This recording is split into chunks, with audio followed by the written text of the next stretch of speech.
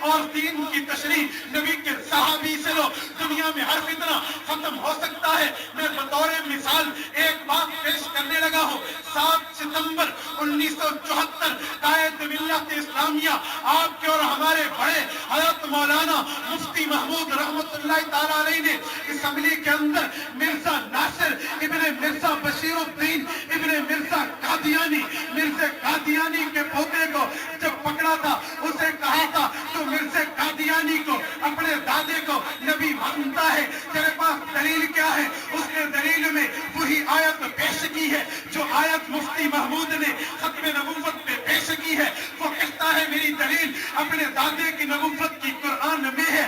سورت نمبر 33 سورت احزاب آیت نمبر 40 وخاتم النبیین, حضور خاتم النبیین ہے. یہ آیت میرے دادے کی اجرائے نبوت کی دلیل ہے. مفتی محمود سے پوچھا, انہوں نے بھی کہا سورت نمبر 33 سورت احزاب آیت نمبر 40 وخاتم النبیین یہ بھی ختم نبوت کی دلیل ہے. اب اسمبلی والے اب لیجسلیٹو لوگ حیران ہیں ہم قانون پاس کیسے کریں. یہ بھی دلیل اسی آیت کو بتاتا ہے. کہتے ہیں نبوت حضور کے بعد جاری رہے گی. مفتی محمود بھی دلیل وہی آیت بتاتا ہے. کہتے ہیں حضور کے بعد نبوت ختم رہے گی. اب اسمبلی والے حیران ہیں, آیت تو اس نے بھی پڑھی ہے, آیت تو اس نے بھی پڑھی ہے, اب کس کی آیت کو ہم بطور دلیل کے مان جائیں. فوراً مفتی محمود رحمہ اللہ نے اسی اصول کو لیا ہے جو اصول اہل سنت والجماعت احناف دیوبند کا ہے. دیوبندی کے اصول کو مفتی محمود نے استعمال کیا اور مرزا ناصر سے پوچھا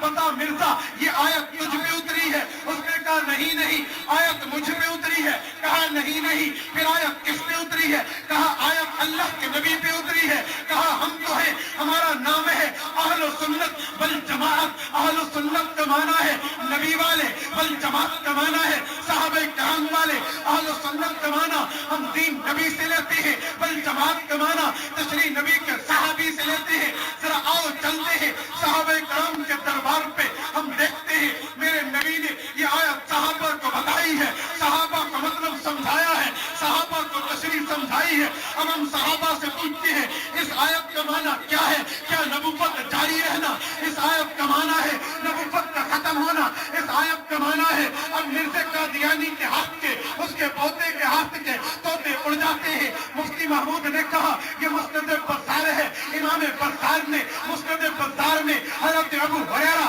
رضی اللہ عنہ کی مرفوع روایت کو نقل کیا ہے. حضرت ابو ہریرہ فرماتے ہیں یہ آیت نازل ہوتی ہے وخاتم النبیین, حضور خاتم النبیین ہے. خاتم کا معنی کیا ہے؟ حضور نے تشریح کی ہے انا آخر الانبیاء وانتم آخر الامم. لوگوں میرے بعد نبی کوئی نہیں ہے, تمہارے بعد امت کوئی نہیں. تو پتا چلا آیت نبی سے لو, تشریح نبی کے صحابی سے لو تو مسلک اہل سنت والجماعت بنتا ہے. آیت نبی سے لو, تشریح اپنی کرو تو فرقہ واریت بنتی ہے. ہم اہل سنت والجماعت دیوبند والے ہیں, دین نبی سے لیتے ہیں, تشریح نبی کے صحابی سے لیتے ہیں. سمجھے؟ اب ذرا آگے یہ میری تمہید باندھی ہے اگلی گفتگو کو سمجھانے کے لیے. میری تمہید اگر آپ کو سمجھ آئی تو میری اگلی گفتگو آپ سمجھ جائیں گے. سمجھا سب نے ہے نا؟ سارے بتائے بابا.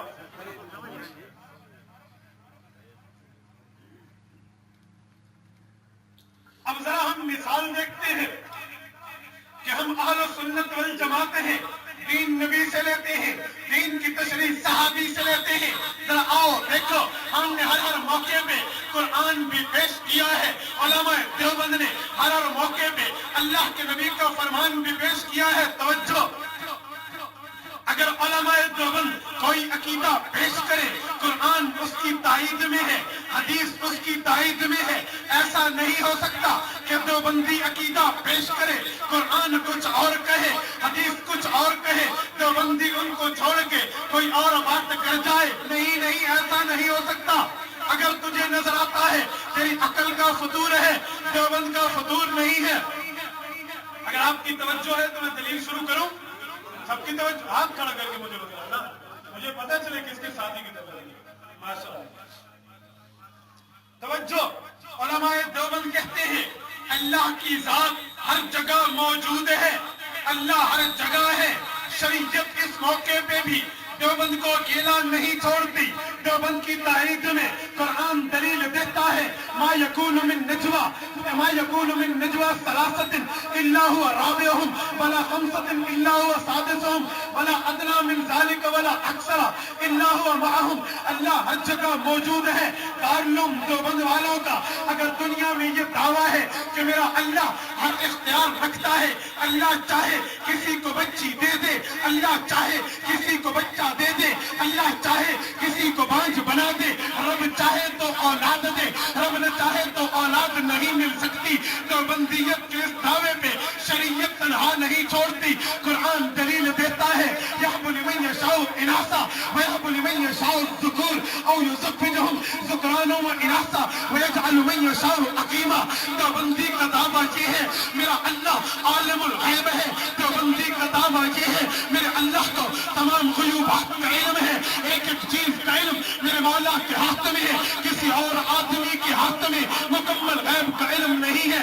دیوبندی کے اس دعوے پہ بھی شریعت تنہا نہیں چھوڑتی. قرآن دیوبندی کی دلیل جو دیتا ہے وما تسقط من برکۃ الا جعلها ولا حبۃ فی ظلمات الارض ولا رطب ولا یابس الا فی کتاب مبین. اللہ کو ہر چیز کا علم ہے. غیب السماوات بھی جانتا ہے, غیب الارضین بھی جانتا ہے. میرا اللہ دنیا کے ہر کونے میں موجود ہے. دیوبندی کا دعویٰ یہ ہے اللہ رب العزت نے نبی علیہ السلام کو بڑا رتبہ عطا کر کے دنیا میں بھیجا ہے. پوری کائنات کے لوگوں کا علم اکٹھا ہو جائے, انبیاء کے علم کا مقابلہ نہیں کر سکتے. 1,24,000 انبیاء میں حضرت آدم سے لے کر حضرت عیسیٰ علیہ السلام تک تمام نبیوں کا علم اکٹھا ہو جائے, حضرت پاک علیہ السلام کے علم کا مقابلہ نہیں کر سکتے. لیکن یہ نبی علیہ السلام بھی اتنا علم رکھنے کے باوجود, اتنی معلومات رکھنے کے باوجود, اتنے بڑے مقام پہ فائز ہونے کے باوجود بھی عالم الغیب نہیں ہے. نبی کو خدا نے عالم الغیب نہیں بنایا. دیوبندی کے اس دعوے پہ شریعت تنہا نہیں چھوڑتی بلکہ قرآن دلیل دیتا ہے قل لا اقول لكم عندي خزائن الله ولا اعلم الغیب ولا اقول لكم انی ملک. نبی کہہ دے فرشتہ بھی نہیں ہو, نبی کہہ دے عالم الغیب بھی نہیں ہو, نبی اعلان کر دے غیب کی گنجش میرے ہاتھ میں نہیں ہے. دیوبندی کا دعویٰ یہ ہے نبی عالم الغیب نہیں ہے. حضرت پاک علیہ السلام بھی اٹھ گئے, آخر ہاتھ نہ ملا. جب حضور نے سفر کرنے کا ارادے کا کوچ کرنے کا حکم دیا ہے, پھر اونٹ کو اٹھایا ہے. اونٹ کے نیچے وہ ہار گما ہوا نیچے پڑا ہوا تھا, کسی کو پتا نہ چلا. تو گویا ایک بات تو سامنے آئی نا کہ اونٹ کے نیچے ہار پڑا ہو, نبی کو پتا نہیں ہے. اللہ نہ بتائے تو تبھی تو دیوبندی دعویٰ کرتا ہے نبی عالم الغیب نہیں ہے. قرآن حدیث دلیل جو دعویٰ دیوبندی رکھتا ہے اس دعوے پہ قرآن اور حدیث دیوبندی کے پشت پہ بطور معیت کھڑے ہیں. توجہ, ایک اور مثال سنیے. دیوبندی کا دعویٰ یہ ہے نبی مختار کل نہیں ہے. ہر اختیار میرے مولا میرے رب میرے اللہ کے ہاتھ میں ہے. اللہ چاہے اختیار دے دے فی الوقت ما, رب نہ چاہے اختیار نہ دے. یہ میرے اللہ کا کام ہے. خدائے پاک نے اس دعوے کو بھی مبرہن مدلل کیا ہے. دیوبندی کے اس دعوے پہ شریعت تنہا نہیں چھوڑتی بلکہ قرآن نے حضرت پاک علیہ السلام کی اس صفت کی اللہ اعلان میں دلیل اتار دیتے ہیں. حضرت پاک علیہ السلام نے فرمایا وما لو كنت عالم الغیب لاستكثرت من الخیر وما مسنی السوء. لوگوں اگر میرے ہاتھ میں اختیار ہوتا تو کبھی بیمار نہ ہوتا. وما مسنی السوء, مجھے کبھی بیماری نہ لگتی. تو پتا چلا حضور کے دانت ٹوٹے ہیں, حضور سے خون بہا ہے, بخار بھی آیا ہے, حضور بیمار ہوئے ہیں, تو عالم الغیب نہیں ہے. دیوبندی کا دعویٰ یہ ہے نبی انسان ہوتا ہے, رتبہ بہت بڑا ہو, نبی انسان ہوتا ہے, مقام بہت بڑا ہو, نبی انسان ہوتا ہے. دیوبندی کے اس دعوے پہ شریعت تنہا نہیں چھوڑتی. حضرات علماء دیوبند کے لیے قرآن و پاک دلیل دیتا ہے. قرآن پاک نے بتایا قل انما انا بشر مثلکم, نبی بھی انسان ہوتا ہے. هل كنت الا بشرا رسولا, نبی بھی انسان ہوتا ہے. بلکہ یاد رکھو دیوبندی کہتے ہیں نبی انسان ہوتا ہے. نبی کے انسان ہونے پہ حدیث پاک بھی دیوبندی کو اکیلا نہیں چھوڑتی. کتاب المساجد جلد اول صحیح بخاری میں امام بخاری نے عبداللہ ابن مسعود رضی اللہ عنہما کی مروی کردہ روایت کو بخاری میں نقل کیا ہے. عبداللہ ابن مسعود حضور نے نماز پڑھائی، نماز میں بھول ہو گئی، حضور نے سلام پھیرا، پھر ہماری طرف منہ کر کے کہا انما انا بشر مثلکم انسا کما تنسون فاذا نسیت فذکرونی، لوگوں میں بھی تو انسان ہوں، میں بھول جاتا ہوں جیسے تم بھولتے ہو، میں بھول جاؤں، مجھے یاد دلا دیا۔ دیوبندی کے ایک دعوے پہ قرآن پاک دلیل دیتا ہے، پھر یاد رکھنا یہ تو نبوت کے لیے بات کی ہے، صحابہ کرام کے لیے میں باتیں پیش کر چکا ہوں کہ قرآن پاک نے کس کس جگہ میں بات کی ہے۔ میں وقت کی نزاکت کو سامنے رکھتے ہوئے حضرات ائمہ اربعہ پہ آتا ہوں، امام ابو حنیفہ پہ آتا ہوں۔ دیوبندیوں کا عقیدہ اور دعویٰ یہ ہے اللہ کے قرآن کو، نبی کے فرمان کو یا تو صحابہ سمجھے ہیں یا اس دنیا میں حضرت امام اعظم ابو حنیفہ ائمہ اربعہ سمجھے ہیں۔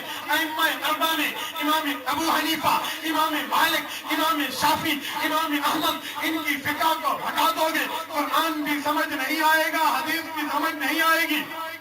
دیوبندی کے اس دعوے پہ قرآن تو بڑے بڑے دلیل دیتا ہے، حدیث پاک تو بڑی بڑی دلیل دیتا ہے۔ میں تفسیر مدارک النفی سے سورۃ ملک کی آیت 7 کو بطور دلیل میں پیش کرنے لگا ہوں۔ دیوبندی کہتے ہیں فقہائے کرام کو ماننا پڑے گا، فقیہ کو نہیں مانو گے، ابو حنیفہ کو نہیں مانو گے، جہنم جاؤ گے۔ دیوبندی کے اس دعوے پہ شریعت تنہا نہیں چھوڑتی، دیوبندی کے اس دعوے پہ قرآن تنہا نہیں چھوڑتا، بلکہ دلیل دیتا ہے۔ سورۃ ملک میں اللہ نے فرمایا لو کنا نسمع او نعقل ما کنا فی اصحاب السعیر، یہ آیت ہے۔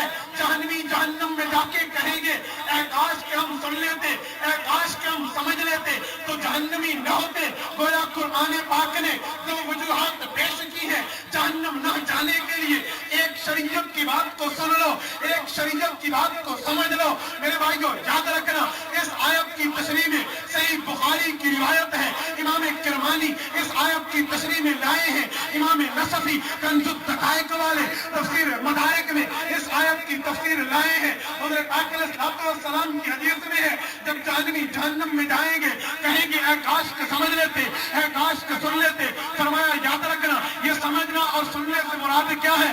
لا ما تلیت لا تلیتا ولا تلیتا، تو یا تو خود سمجھ لیتا یا اس پہ عمل کرتا۔ تلیتا کہتے ہیں فقیہ بننے کو، تلیتا کہتے ہیں مقلد بننے کو۔ فقیہ کا نام امام ابو حنیفہ ہے، مقلد کمان ماننے والا ہے۔ گویا رب بتانا چاہتے ہیں یا تو فقیہ ہوتا جہنم نہ آتا، یا کسی فقیہ کی تقلید کر کے مقلد بن جاتا جہنم نہ آتا۔ تو پتا چلا فقیہ ہوگا جہنم نہیں جائے گا، مقلد ہوگا جہنم نہیں جائے گا۔ اگر فقیہ بھی نہ ہوا مقلد بھی نہ ہوا جہنم جائے گا۔ دلیل قرآن ہے جو بند نہیں۔ ما کننا فی اصحاب السعیر لا تلیت ولا دریتا، دریتا میں تو تلیتا آ جاتا ہے، دو دفعہ کیوں کہا گیا؟ دریتا میں تلیتا جو سمجھتا ہے پڑھتا تو ہے، یہ کیوں کہا گیا کہ تو پڑھتا یا سمجھتا؟ پڑھنے کا معنی ماننا ہے، سمجھنے کا معنی فقیہ بننا ہے۔ دنیا میں دو ہی چیزیں ہیں، ایک بندہ ماہر ہوتا ہے، ایک بندہ ماننے والا ہوتا ہے۔ جو آدمی ماہر ہو اسے فقیہ کہتے ہیں، جو مانے اسے مقلد کہتے ہیں۔ جو ماہر بھی نہ ہو مقلد بھی نہ ہو فسادی ہوگا۔ میں مثال دیتا ہوں، دو ہی چیزیں ہیں، ایک امام ہوتا ہے، ایک مقتدی ہوتا ہے۔ امام کا معنی آگے امامت کرے، مقتدی کا معنی پیچھے اقتدا کرے۔ جو آدمی امام بھی نہ ہو مقتدی بھی نہ ہو تو کیا ہوگا؟ بتاؤ نا، دو ہی چیزیں ہوتی ہیں، یا حکمران ہوتے ہیں یا رعایا ہوتی ہے، یا بادشاہ ہوتے ہیں یا عوام ہوتی ہے۔ وہ حکمران ہے، ان پہ حکمرانی ہوتی ہے، وہ رعایا ہے، یہ وہ حکمران ہے، یہ رعایا ہے۔ جو حکمران ہو یا رعایا ہو تو ٹھیک ہوتا ہے، جو حکمران بھی نہ ہو رعایا بھی نہ ہو تو باقی ہوتا ہے، باقی ہوتا ہے نا۔ یاد رکھ، جو نہ امام کی مانے نہ مقتدی کی مانے، کیا کہو گے آپ اسے؟ ابو حنیفہ کیا ضرورت ہے علم فقہ کی؟ قرآن کافی ہے، حدیث کافی ہے۔ میرے جو بندی کو گمراہ کرتے ہو سنو، سورۃ جمعہ آیت نمبر 3 امام ابو حنیفہ کی خوشخبری دیتی ہوئے نظر آتی ہے۔ جو بندی کے اس دعوے پہ قرآن پاک بھی موجود ہے، یاد رکھ، توجہ ہے سب کی ہے، دلیل سننا امام ابو حنیفہ کو۔